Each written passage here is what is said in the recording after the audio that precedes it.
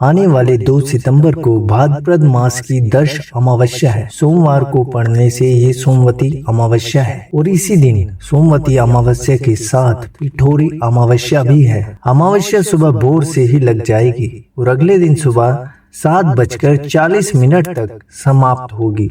विष्णु पुराण के वर्णन में अमावस्या में पेड़ से फूल पत्ते को नहीं तोड़ना चाहिए, इससे बहुत बड़ा पाप लगता है। आप जरूर सभी ध्यान रखिएगा। स्कंद पुराण के अनुसार जो व्यक्ति अमावस्या को दूसरे का अन्न खाता है उसका किया पुण्य उस अन्नदाता को मिल जाता है। तो आपको इस दिन दान का खाने से बचना है। अमावस्या के दिन आप जितना दान करेंगे वह सब फलित होगा। और दान की बात है तो इसी दिन आप पितरों के निमित्त दान कीजिए। पितरों के निमित्त गौ को हरा चारा खिला दीजिए या गरीबों में अनाज या वस्त्रों का वितरण भी कर सकते हैं।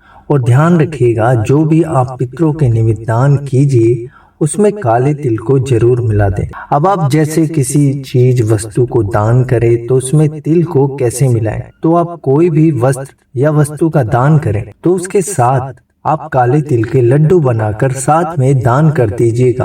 अब आपको बता दें कि अमावस्या तिथि पितरों को समर्पित होती है, तो जो कार्य आप पितरों के लिए दान पुण्य करेंगे वो सब उन तक सूक्ष्म रूप तक पहुंचेगा ही। प्रत्येक अमावस्या को आप गीता जी के 7वें अध्याय का पाठ जरूर कीजिए। पाठ नहीं कर सकते हैं तो पाठ को सुने और अपने पितरों को पुण्य अर्पित करें। अब पितरों को पुण्य कैसे अर्पण करना है?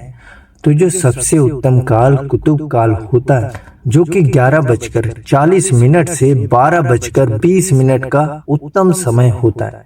इस समय आप एक लोटे में जल लेकर जल में कुशा और काले तिल डालिए और आप गीता जी के 7वें अध्याय का पाठ कीजिए।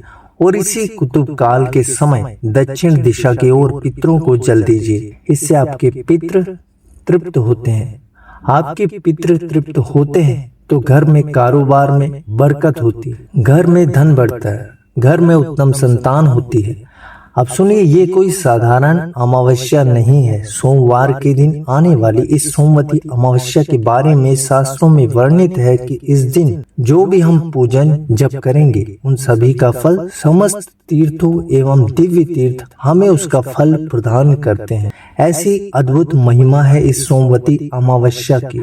सोमवती अमावस्या को किया गया स्नान, दान, श्राद्ध अक्षय होता है। अक्षय का अर्थ होता है जो कभी क्षय न हो, यानी नष्ट न हो।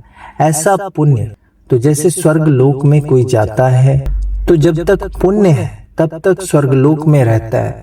पुण्य नाश हो जाता है तो स्वर्ग से उसे निकाल दिया जाता है। तो ये पुण्य ऐसा होता है जो कभी नाश नहीं होगा। तो आगे जानते हैं कि सोमवती अमावस्या के दिन अगर मौन रहकर स्नान करते हैं तो 1000 गोदान करने का पुण्य मिलता है। लेकिन आपका जो स्नान है वो सूर्योदय से पहले होना चाहिए।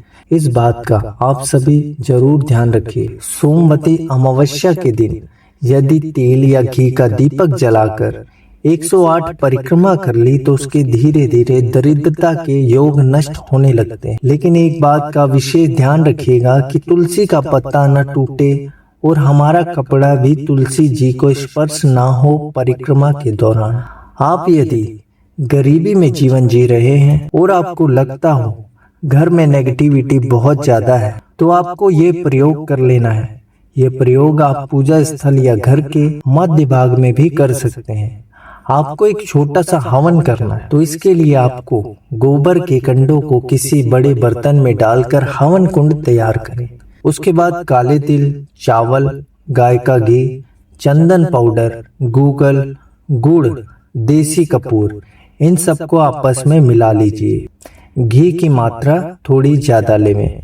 इसमें आपकी हवन सामग्री बन जाएगी। अब घर के सभी सदस्य हवन कुंड के सामने बैठकर इन बताए हुए 5 मंत्रों की आहुति हवन में दीजिए। तो इन 5 मंत्रों को आप देख लीजिए। इन मंत्रों की आहुति आपको 11 बार प्रत्येक मंत्र की आहुति देनी है। जब आप हवन कुंड में आहुति डालें तो आपको स्वाहा जरूर कहना है। ओम कुल देवताभ्यो नमः स्वाहा। इस हवन से आपको पितरों के साथ साथ स्थान देवता, ग्राम देवता सब आपसे बहुत प्रसन्न रहेंगे और कुछ ही दिनों में गरीबी दूर हो जाएगी, सुख, समृद्धि और भीतरी प्रसन्नता का अनुभव होगा।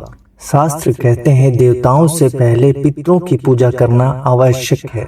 बस अब आप इस सोमवती अमावस्या का लाभ लीजिए। ये उपाय जो आपको बताए हैं इन्हें जरूर कीजिए, और अगर आपको फिर भी लगे कुछ पूछना है तो आप कमेंट में अपना प्रश्न पूछिएगा। हरे कृष्णा।